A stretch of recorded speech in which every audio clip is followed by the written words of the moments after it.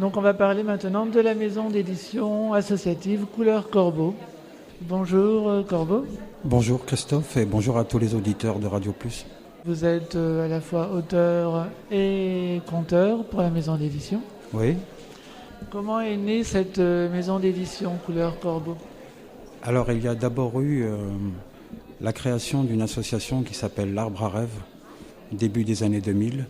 Une association qui représente les différentes traditions amérindiennes, la danse, le chant, les contes, le montage des tipis, la reconstitution, l'intérieur des tipis. Il y a une association qui donne des spectacles. Et justement, à travers cette association, en tant que conteur, en tant qu'intervenant, je me suis aperçu que les instituteurs et les parents n'avaient pas beaucoup de support pour les contes, pour leurs enfants. Et avec Christian Offroy, donc l'artiste peintre qui m'accompagne dans l'aventure, qui est mon cousin, nous avons décidé de remédier à cela. Vu que j'écris depuis de nombreuses années, j'ai commencé par de la poésie, puis des nouvelles, et je me suis mis au conte amérindien vu ma connaissance aiguë des traditions, des coutumes et de l'histoire. Quelle est la ligne éditoriale de la maison d'édition ? Alors, le but de Couleur Corbeau est de promouvoir et développer l'édition d'ouvrages illustrés de qualité.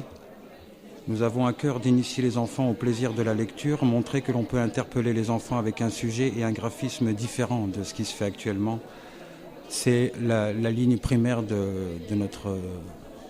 la maison d'édition, mais ça va s'ouvrir. Il va aussi y avoir, il est question d'ouvrages de poésie, ça va encore s'ouvrir. Il y a toujours avec la poésie en vecteur, aussi bien en image qu'en écrit. Ce que vous devez savoir, c'est que justement, avec Christian, on s'est mis à faire le premier projet qui s'appelait Étoile des forêts, notre premier livre.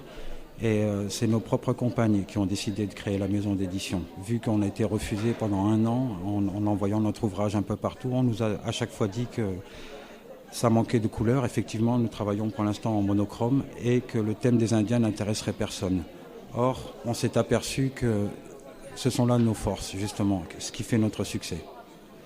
Et pourquoi ce nom de Couleur Corbeau ? Alors, je m'appelle Corbeau sur le bon chemin, mais c'est pas moi qui ai choisi le nom. C'est Christian. C'est d'après un conte, une légende amérindienne. Et d'après une de mes phrases qui dit « Pour qui peut voir, je porte toutes les couleurs, celle du corbeau ». Comment abordez-vous votre métier ? Qu'est-ce qui vous motive ? Alors là, je parle au nom des éditrices. Vous êtes auteur, oui, voilà. Alors, on discute beaucoup, on travaille beaucoup. Elles ont à cœur de mettre en œuvre, de montrer ce qu'on peut faire, ce qu'on a à montrer. Elles font tout le travail de fourmi en arrière-plan. Comme je dis souvent, avec Chris, nous, on fait des petits dessins, des petites histoires, et le gros travail est fait par la maison d'édition. Ce sont des gens passionnés. Passionnés par le graphisme, passionnés par l'aventure de l'édition, justement. Présentez-nous les titres de votre catalogue, catalogue de la maison d'édition. Alors, on a commencé avec Étoile des forêts. Je peux développer un petit peu. Étoile des forêts, c'est l'histoire d'une jeune Lakota. Alors, nous sommes inspirés par les Sioux Lakota, les Indiens qu'on voit dans Danse avec les loups. Et personnellement, en tant que reconstitueur, c'est la même époque aussi que je reproduis, avec les costumes, les tipis. Winsikala, comme les jeunes Lakota, doit chaque matin aller chercher de l'eau à la rivière. Et en allant chercher de l'eau à la rivière, elle s'aperçoit qu'il y a là un petit écureuil perché sur un rocher au milieu de l'eau. Elle le sauve. Elle le garde avec lui. Et comme elle pense qu'il est tombé du ciel, elle l'appelle Étoile. C'est le début d'une belle histoire d'amitié. À travers cette histoire, nous avons à cœur de faire comprendre aux enfants qu'on peut aussi avoir des animaux pour amis. Je ne dévoile pas le reste de l'histoire. Ça, c'était notre premier ouvrage. Ensuite, c'est un ouvrage qui est destiné à tout public. Nous avons été étonnés qu'il soit reçu par tous les âges, avec la même attention. Ensuite, nous nous sommes lancés dans une aventure avec Eyo. Eyo est un petit Sioux Lakota, lui aussi, beaucoup plus jeune que Winsikala. Eyo est un petit Lakota qui vit sous tipi et il a pour ami toute une bande de petits animaux à fourrure. Et voilà, on apprend que Eyo est comme tous les autres enfants, espiègle, il s'endort un peu partout, mais Eyo a un secret. Eyo a un collier magique que lui a donné l'homme médecine de la tribu. Ce collier lui donne le pouvoir des rêves. On traverse aussi les différentes facettes du rêve et la façon de lier le rêve à la vie, car il est indissociable de notre vie. Pour les Indiens d'Amérique, dans nos rêves sont inscrits des messages qui nous guident sur notre vie terrestre. Eyo est un petit rêveur. Nous avons continué avec une deuxième aventure de Eyo. Une troisième est en cours. Rêve de hibou. Voilà, une troisième est en cours qui sortira probablement pour la rentrée littéraire de septembre, qui s'appelle Eyo dort avec les loups. Entre-temps, nous avons sorti Empreinte d'ours, l'histoire du frère du Winsikala, justement, d'Étoile des forêts. En fait, nos livres peuvent être dissociés, mais lorsqu'on les rassemble, on se rend compte qu'on a affaire à la même tribu, la même famille. Ok. Empreinte d'ours, si je peux me permettre, raconte comment le petit Lakota recevait son premier nom. Voilà. Présentez-nous l'illustrateur des albums, Christian Offroy. Alors Christian Offroy est né comme moi à Boulogne-sur-Mer. Nous sommes cousins. Il est parti étudier les beaux-arts à Bruxelles assez tôt. Il a fait ses armes là-bas. Il est peintre, il est graphiste, il a fait de la gravure aussi, de la feuille d'or. Il est diplômé en art. Il fait aussi de très belles peintures en couleur, de très beaux tableaux en acrylique ou en huile. D'ailleurs, en allant sur le site de Couleur Corbeau, on peut, par les liens, aller voir l'étendue de son savoir. Il y a beaucoup de... on a la même ferveur pour les peuples oubliés. Alors justement, c'est l'occasion de parler du site internet, donc c'est www.couleurcorbeau-singulier.com. Oui. Et donc, on peut avoir des informations sur la maison d'édition, sur les albums, et puis aussi il y a une boutique en ligne. Il y a une boutique en ligne, il y a l'agenda de nos diverses prestations, parfois un salon du livre, parfois une séance de contes, parfois toute une exposition. Et il y a régulièrement des choses qui se mettent en place. Voilà, il y a aussi le référencement de toutes les librairies et boutiques qui nous diffusent en France comme en Belgique. On peut trouver le livre voilà. En France et en Belgique aussi. Et on a de plus en plus de chances de trouver une librairie près de chez nous qui nous diffuse. Et puis, j'ai vu aussi que vous proposez aussi des cartes postales. Des cartes postales, oui. Des posters aussi. Ce sont à chaque fois des petites images, des images de nos ouvrages. À chaque ouvrage, on sort quelques cartes postales, quelques posters. Voilà, c'est une façon aussi c'est un très bon support publicitaire et c'est une façon aussi de nous connaître. Il y a beaucoup d'enfants qui ont des posters de Eyo ou d'empreintes d'ours dans leur chambre. Et voilà, on garde cette tradition. Des projets pour la maison d'édition, vous nous aviez dit tout à l'heure, vous nous aviez parlé de poésie. Oui, je suis poète avant tout et je répète actuellement afin de faire mon premier concert slam. Et il est question d'éditer mes textes aussi, en partenariat aussi avec Christian qui les illustrerait.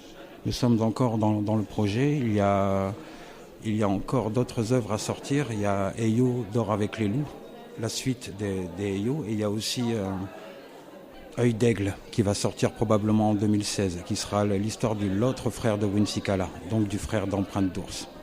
On entre vraiment et peu à peu on dévoile de plus en plus de symbolisme amérindien, on dévoile les choses, le rapport avec les loups, avec les chevaux. Voilà, on est pointu au niveau historique. Je suis fier de ça. Des rencontres prochainement dans la région ? Dans la région, oui, il y a quelques dates. Nous serons à Vendin-le-Viel le week-end, pas ce week-end-ci, le week-end d'après. Il y a plusieurs dates dans la région pour des séances de contes, parfois pour le camp entier et aussi pour des livres. Donc pour tout ça, on peut le retrouver sur le www.couleurcorbeau.com. Voilà. Pour terminer, donc, je vous ai demandé une petite histoire pour les auditeurs. Il y avait 500 nations qui habitaient la carapace de la grande tortue. 500 tribus. C'est ainsi qu'ils appelaient leur terre. L'Amérique, le Nouveau Monde. Eux l'appelaient la carapace de la grande tortue. 500 nations. et dans chacune de ces nations un gardien de la mémoire. Pas un conteur d'histoire, un gardien de la mémoire. Les conteurs d'histoire sont des enseignants. Chez les Lakota, on les appelle les conteurs des lunes blanches. Pendant l'ère du papillon, de la tortue ou de la grenouille, pendant le printemps, l'été ou l'automne, les enfants ont beaucoup de choses à faire. Mais lorsque viennent les lunes blanches, les lunes où les arbres craquent, lorsque vient la longue saison hivernale, les enfants se rejoignent dans le tipi du conteur, autour de son feu, et ils viennent écouter son enseignement. Le conteur d'histoire est là pour dire aux enfants comment leur terre jadis commença à fleurir, d'où viennent les étoiles, pourquoi Corbeau est noir.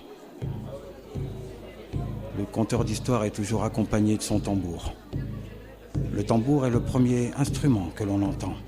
Alors que nous sommes dans le ventre de notre mère, nous écoutons battre son cœur.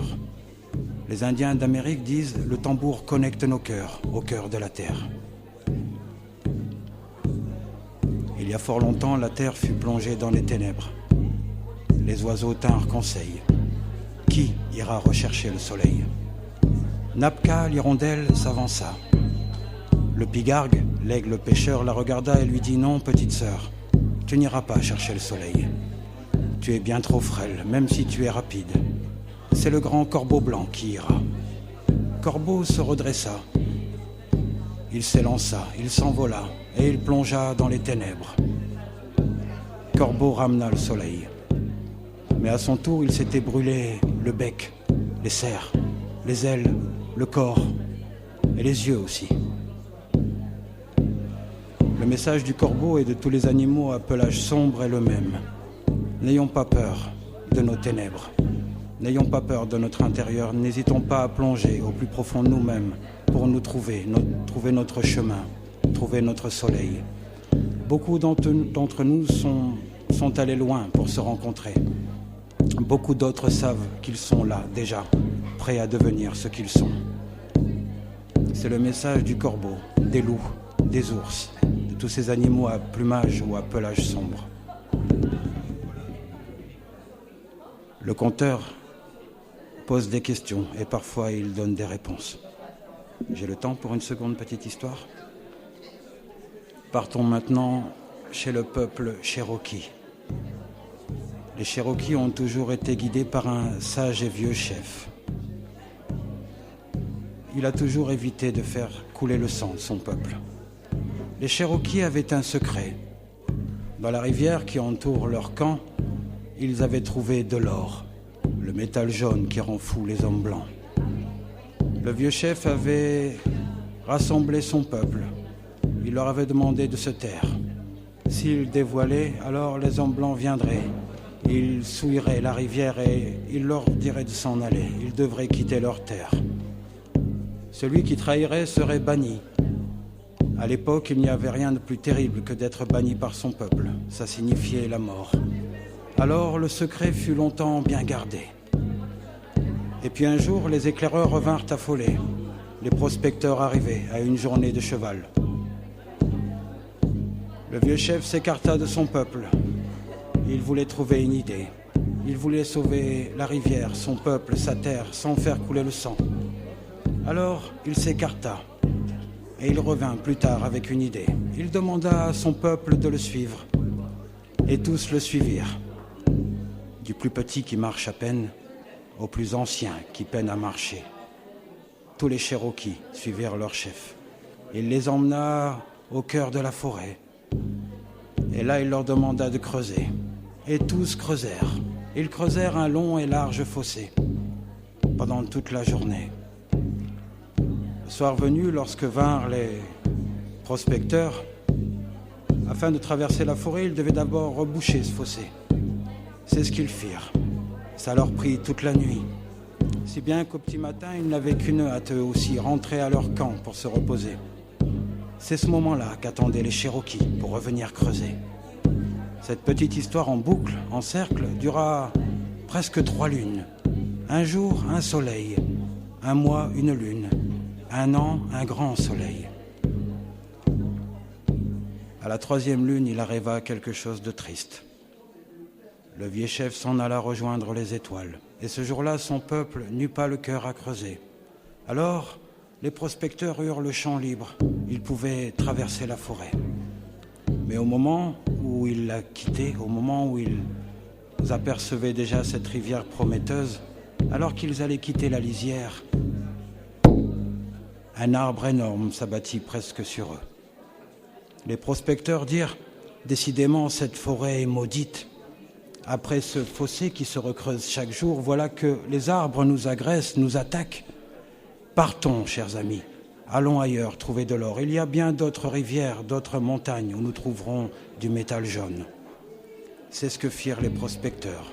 Ils s'en allèrent, permettant aux Cherokees de vivre encore longtemps sur leur terre.